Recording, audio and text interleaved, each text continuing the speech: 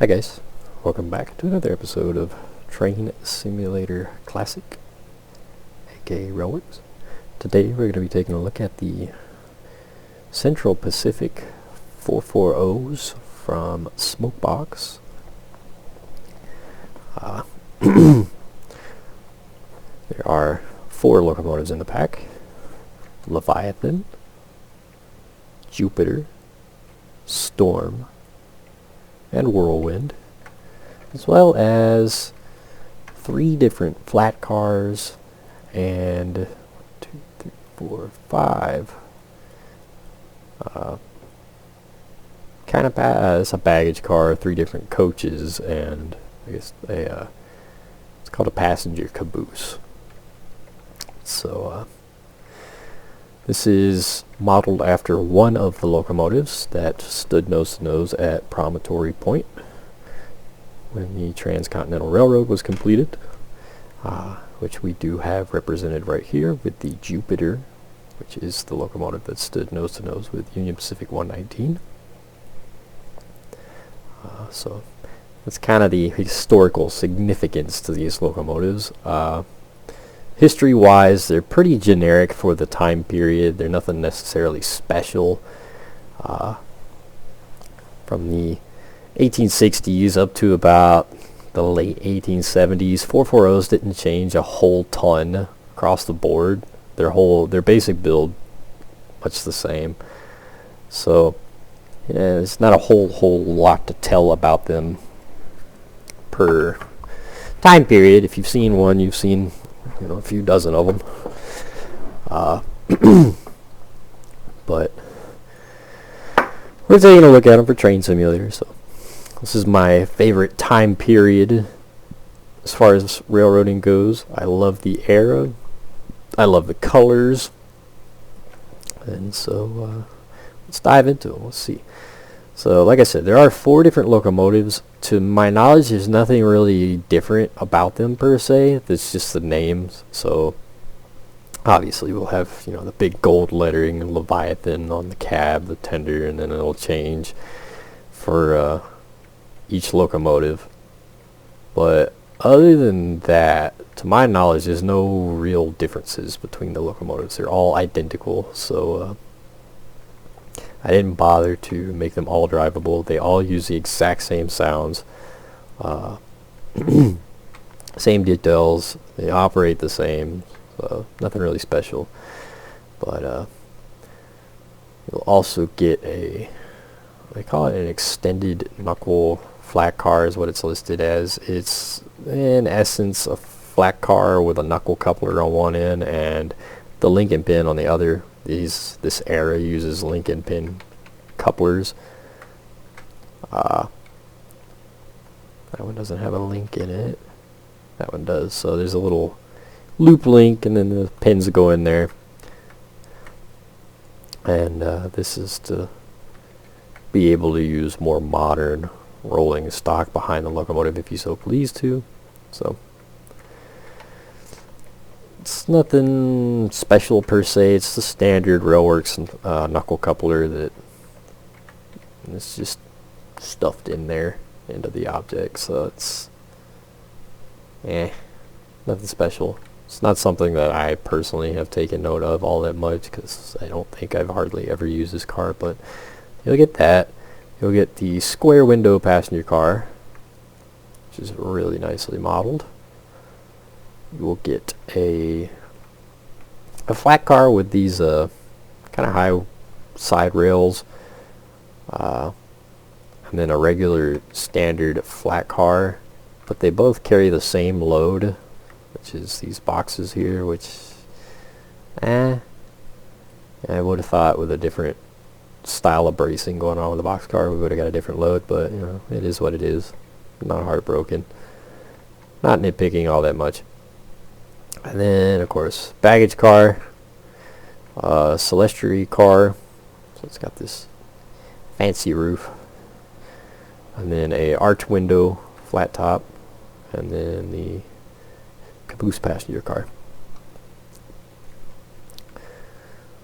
Locomotives are extremely well detailed.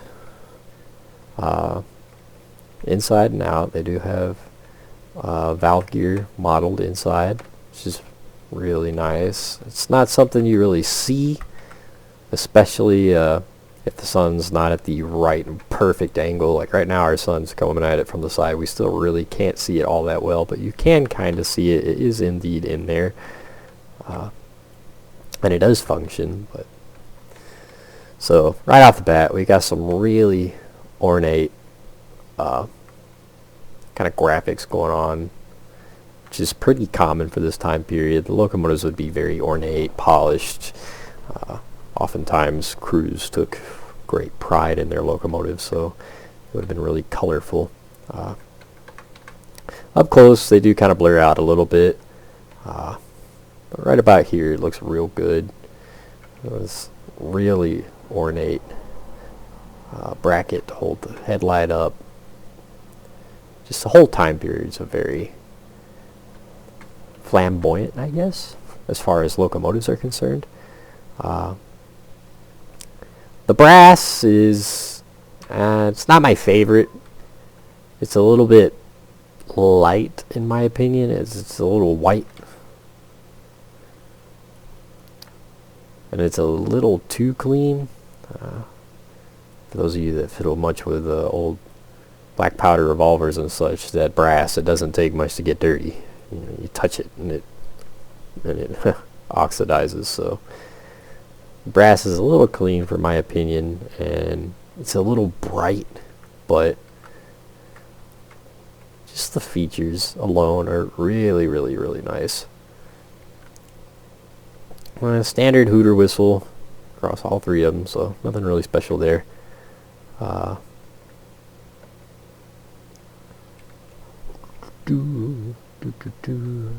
Sand dunes. Let's run to the front driver. Now, I do find these locomotives a little unique in the fact that they have counterweights on the front drivers only. They don't on the rear, which is very odd, but you know, just one of those weird things to take note of.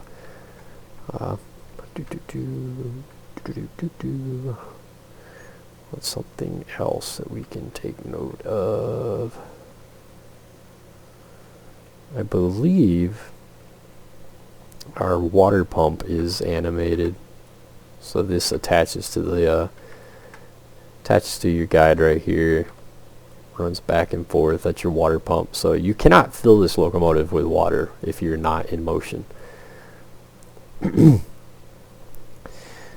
These do not have brakes.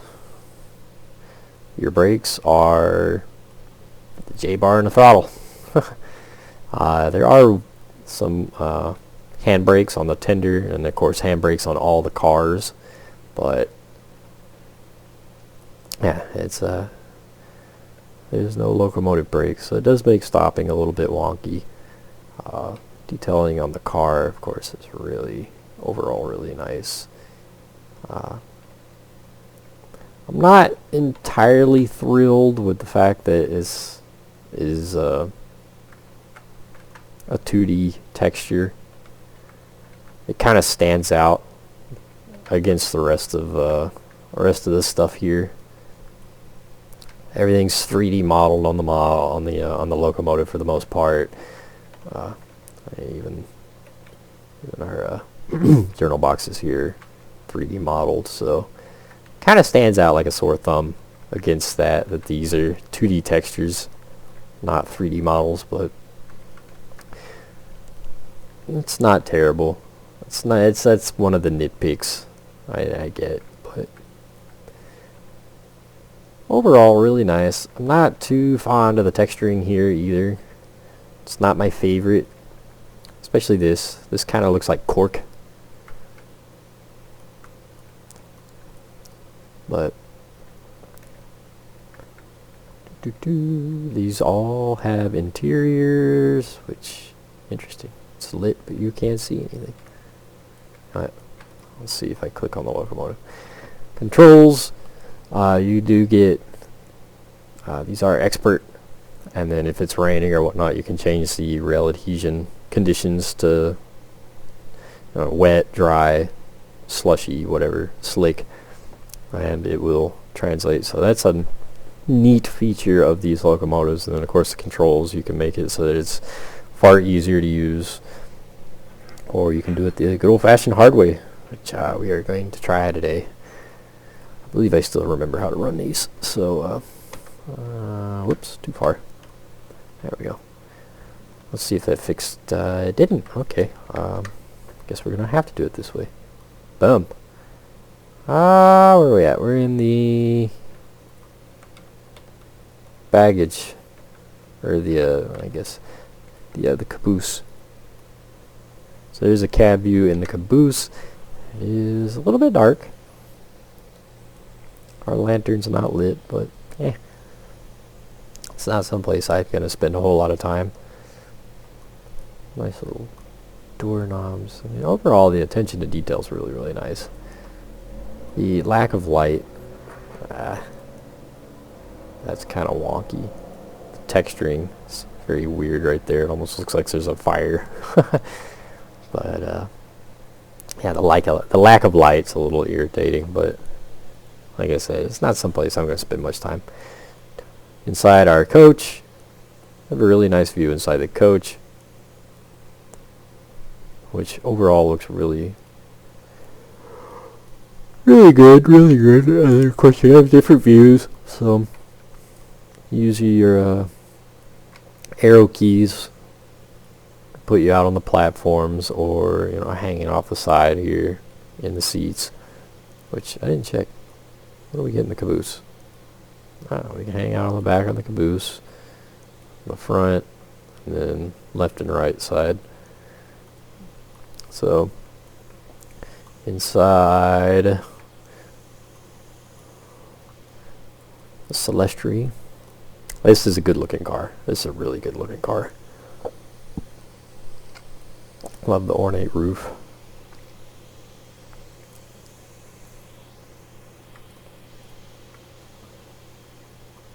Oh, reviews there. And then we don't have a baggage car view, so interior doesn't matter all that much. There is a bit of one. It's just ridiculously dark, so it's hard to tell.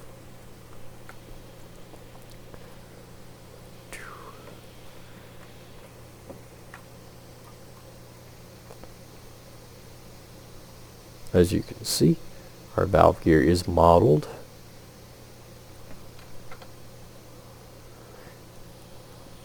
Now our valve rod here isn't quite as smooth as the valve gear. Oh. Yeah. It's not as smooth as your could be, I guess. It's not as smooth as some stuff we've seen. It's very kind of jerky. Like that right there. Hold on, let's see. Let's move in here. This right here, this is really smooth. This kind of jerks. Which, again, it's a nitpick, I get. It's not something you're going to see all that often, but it is indeed there. So inside, you can choose your fire mass, which is essentially just picking a log up.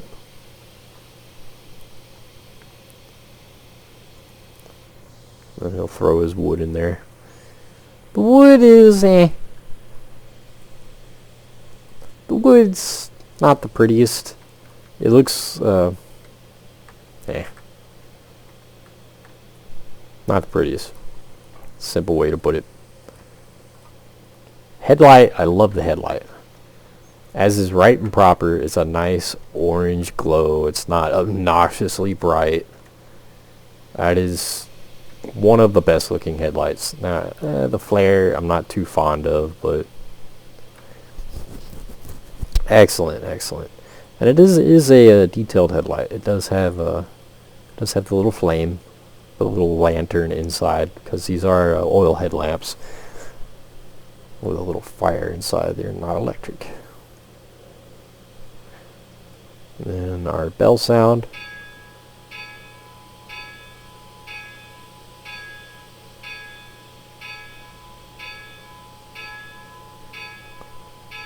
It's a really nice bell sound.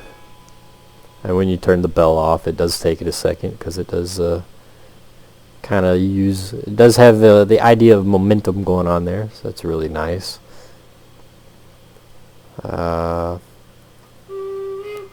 Whistle, there is a little bit of a wonkiness to the whistle. I don't personally like it, but I get some people do. As you can see, you have the quilled toot, long whistle,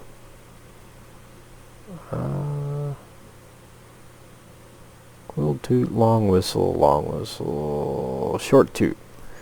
So you kind of got to pick at it, but it's a neat idea.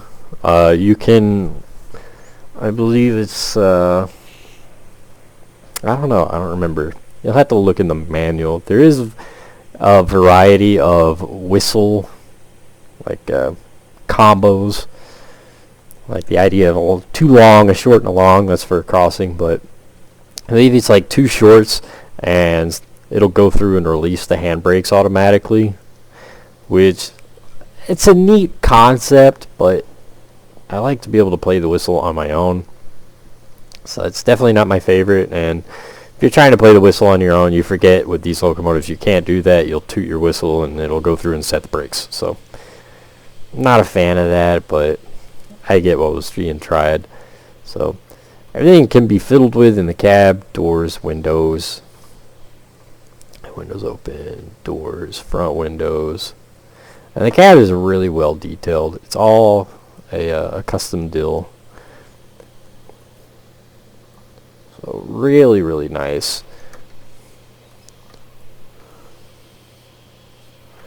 We got our feed water pump tricock, which will spit a little bit of water out the side whenever we're in motion. Won't do it right now. Cylinder cocks, which we'll want open before we start moving. Feed water heater. Water gauge.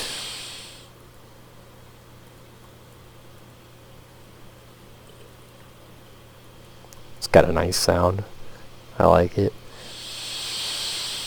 But let's see if you run without the HUD, let's see where your water level's at.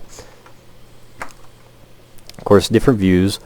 So we got back here in the tender, you can open the firebox this way. And then we got our, what's this, blowdown. Rear dampers.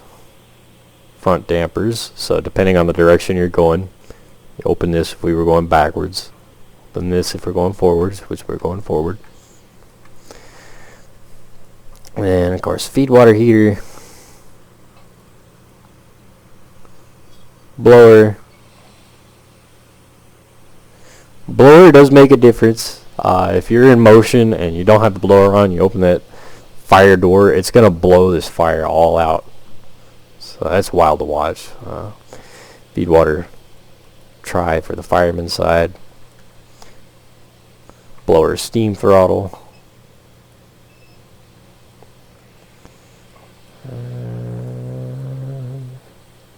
Sand, which does function, does open the sand. Does put a little sand out on the track there in front of us.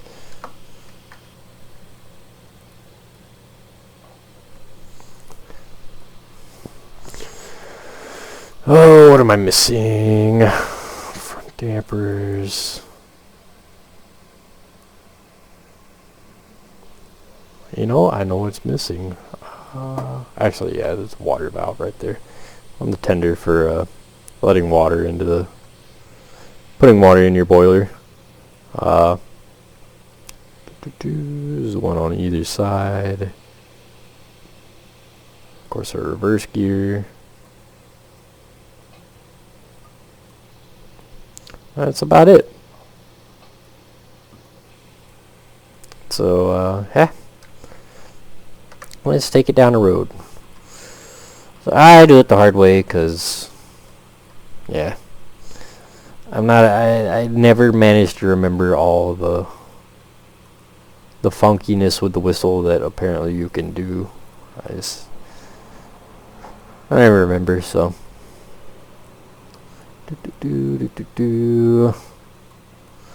Our passenger train. So we want to go all the way over onto the main.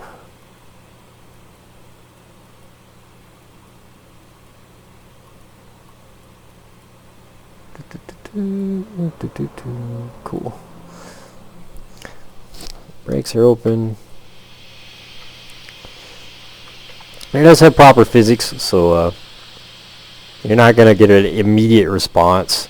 As you open your throttle, it's going to slowly build up pressure in the cylinders. And of course, you do have to blow out the cylinders, blow out the cylinder cocks, which are in and of their cells. Pretty neat to watch. They do function. See.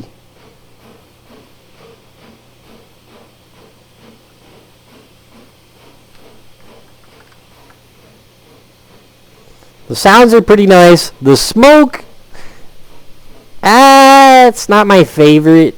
I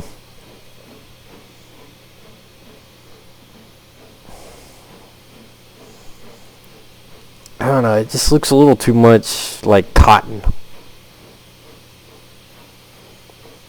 I do like the effects of it, but it looks like it's too much.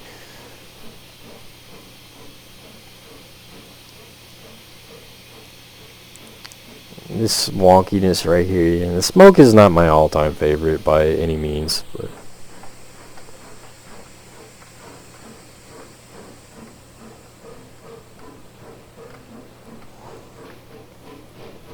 so a neat feature. You do have to close the throttle, otherwise it is absolutely going to hold the reverser full forward, and every time you try to do anything with the reverser, if your throttle ain't closed, it's going to slam it back in the direction you're rolling.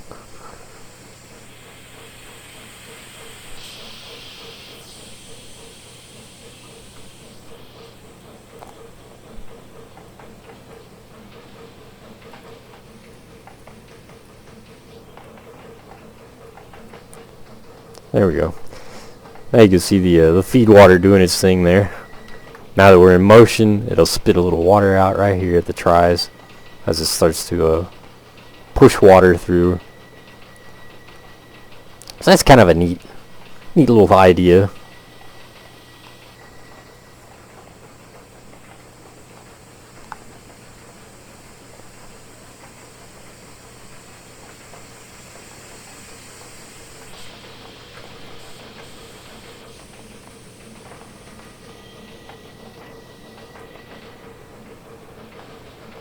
Actually, since we're running on the driver's side, it would be better for us to leave that side open.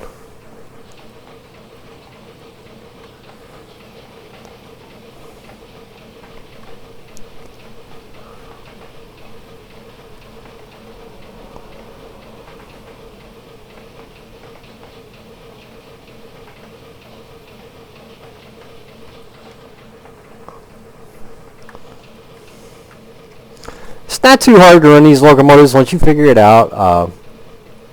They are overall pretty simple. One must remember during this time period, training was oftentimes on the job, on the go, on the fly. There weren't colleges and schools and such to teach you how to run these things, so they had to be relatively simple, and the technology just wasn't there for complex steam locomotives all around. So these locomotives are relatively simple to operate, but there is that throwing that throttle or that reverser full forward. But yeah, it's very, very easy to run these things. They will burn through boiler pressure real fast. So if you don't pay attention to them, they absolutely will burn through.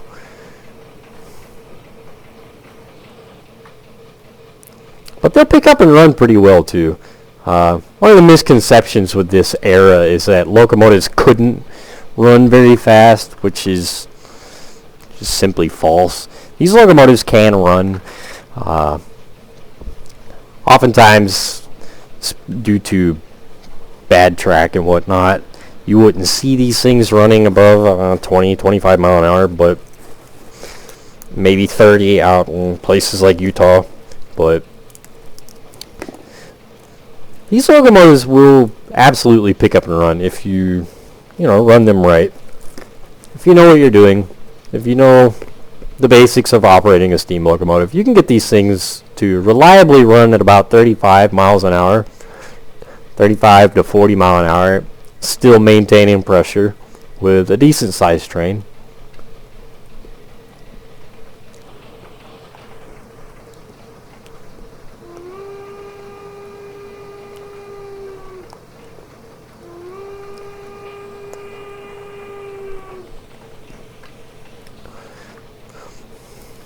The reason we chose Leviathan here is we're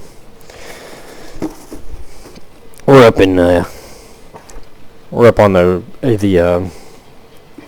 B&O Mountains subdivision, which is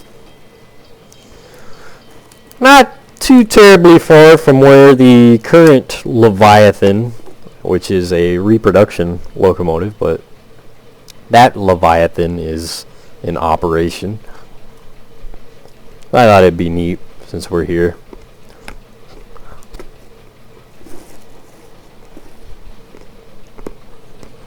But these things sound pretty good.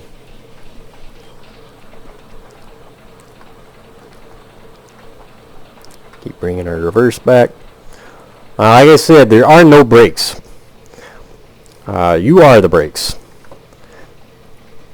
which is something you will absolutely have to kind of fiddle around with. Yeah, we're coming to the end of our track, so we'll try to show that.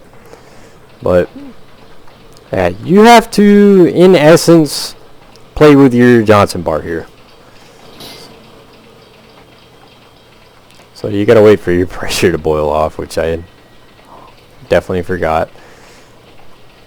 But you bring your reverser back, and you start to slowly increase the throttle. You don't slam it open, but you slowly start to increase it, and we start to slow down here.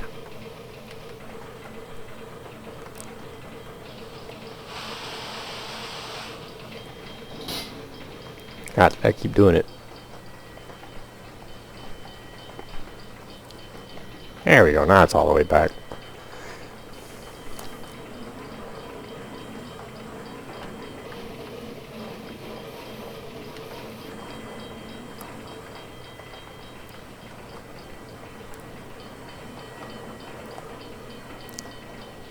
It's definitely an art, though, without a doubt. It definitely takes some practice and some figuring out as far as stopping this locomotive the hard way.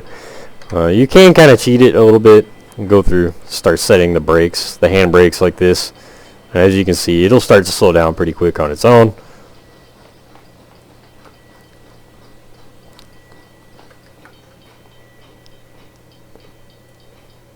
So, which is one thing, is pretty much what I end up doing, but you can do it that way, or, as I showed you, you can start playing with a Johnson bar and a throttle and trying to slow it down the proper way, as some would say.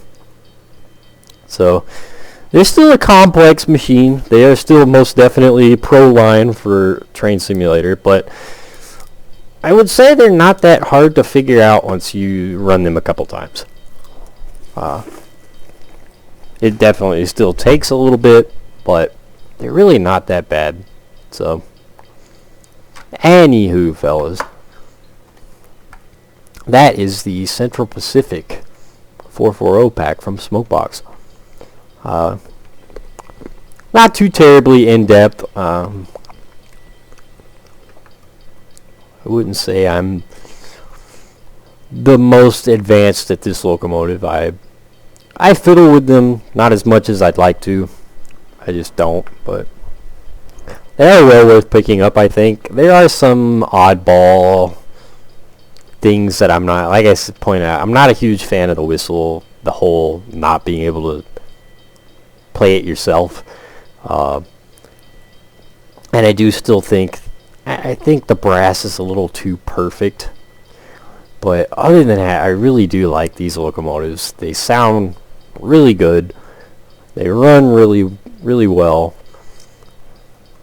So, do go check them out. They are available on the Steam store. And I will see you guys next time.